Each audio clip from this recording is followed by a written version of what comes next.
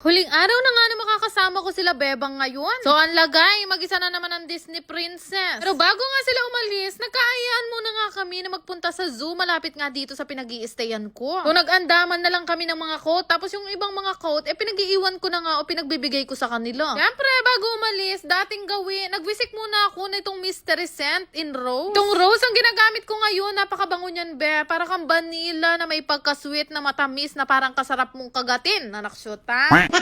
I-shake nyo lang yan bago gamitin na 3 to 5 hours naman tinatagal ng amoy. 5 minutes away lang naman itong Ueno Zoo dito sa pinag-i-stayan ko. Bayad na nga kami ng entrance at 600 yen lang yung entrance dito o halos 250 pesos lang. Kung kailan nga kami tumanda at saka naman namin nagustuhan mag-zoo, anak shoot, ha? At nasikat din kasi itong Ueno Zoo sa mga tourist. Kung saan merong nagkakagulo, doon talaga kami pumupunta. Kagaya nga nito nakipila kami. Ito pala yung pila ng mga panda. Kung nasa pila nga kami, tumawag nga sa akin itong tita ni Bebang na talaga namang kinikilig-kilig pa. Tagal na daw niya kasi ako pinapanood simula nung nagtatrabaho pa lang ako dito sa Japan. Ilang minuto din kami pumila bago nga kami makarating dito sa pinakaharap at bago namin makita itong panda na ang ginagawa lang naman ay kumain ng dutong. Ibing teddy bear nga ang tawag sa mga panda at talaga namang napaka-cute. Totoo lang, parang pangalawang beses ko na nakakita ng panda nung unang beses sa Macau tapos pangalawa dito na sa Japan. O diba, pinagkakaguluhan siya. Talaga naman dinaig niya pang mga artista. Siya wala man siyang ginagawa, langot-langot lang siya ng dutong.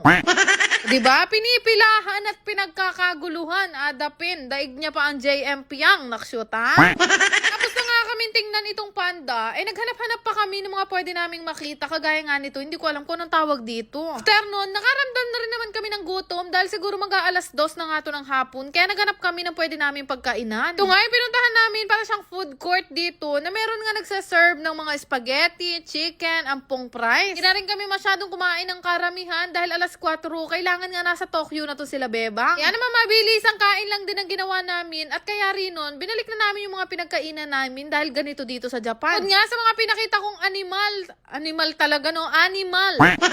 Kung sa mga pinakita kong animal kanina, marami pa kaming nakita dito na hindi masyadong pamilyar sa mga mata ko. Pero yung isang to, matagal ko na talagang gustong makakita ng harap-harapan. Ito nga yung hippopotamus na talaga naman bata pa lang ako, alam na alam ko na. Sobrang laki kasi niya at talagang amaze na amaze ako sa kanya kung paano siya nabubuhay sa ilalim ng tubig. Lalakad nga namin, nakakita ako ng kambal ng mga bata. Yung isa na yung kapakayakan, yung isa naman, abay gustong gusto niya nagpapapicture. Kakayama nga sila, lalo na tong isang to, gagalgalya pa mo. Tapos nga no, naglibot-libot pa kami at nakita ko nga itong mga flamingo. Ang tawa sa akin si Bebang at ate kasi sabi ko kanina, ay thank you Lord, hindi na simentadong flamingo ang nakikita ko, totoo na talaga.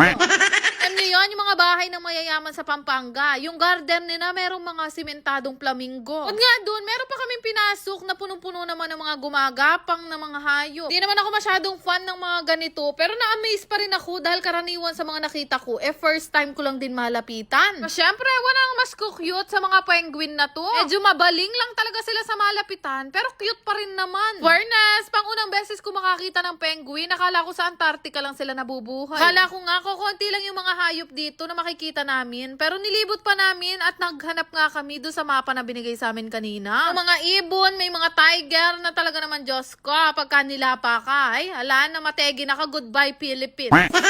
Meron din ako mga nakitang unggoy na naglalanturan. Natuwa naman mo ako kasi akala ko sa TikTok lang meron naglalanturan. Pati pala mga unggoy, malalarit din, anak syuta. At nga doon, first time ko din makakita ng malapitan na polar bear. Pagkakaalam ko guys, nakikita tong mga to sa North Pole at nabubuhay talaga sa mga malalamig na lugar. Hindi ko lang alam kung carnivore itong mga polar bear. Sobrang cute nila at mabango nga silang tingnan, hindi mukhang masama ang ugali. Kaya rin nun, halos wala na rin naman kaming pupuntahan at hindi na namin alam kung ano pang mga kahayupan ang meron dito sa Ueno Zoo. Kaya naman nag-exit na rin kami at naglibot-libot na lang kami dito sa park nung nakita naman namin itong unggoy na uubod ng talino. Hindi lang buong Japan ang matalino, pati yung mga hayop nila dito. Tingnan nyo naman itong unggoy na to. Wala yung aliwang gewa kung hindi pa muklatin yung mga bulsa-bulsa ng mga nanonood sa kanya. Antimano naman mo, nakakalkal siya sa bulsa ng lalaki. Nuha nga niya yung juice ni kuya at in fairness, marunong pa mo siyang magbukas. Malakas pa siya magbukas sa akin. Ako nga nagpapabukas ako ng mineral water kay Bebo.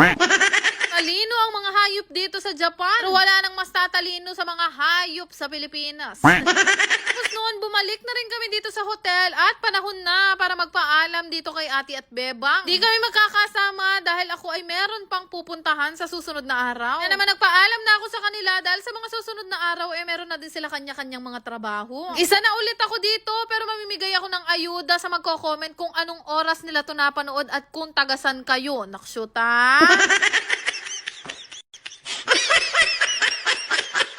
Yun lang naman. Salamat! Meron ako nilalaro na ang pangalan nga ay Diamond Game. Sa kahit hindi pa kayo naglalaro, basta mag-register kayo, may ayuda kayo sa akin. Sobrang daling maglaro dito at ganyan talaga kalaki yung inaabot. Kaya naman yung link andyan sa my comment section.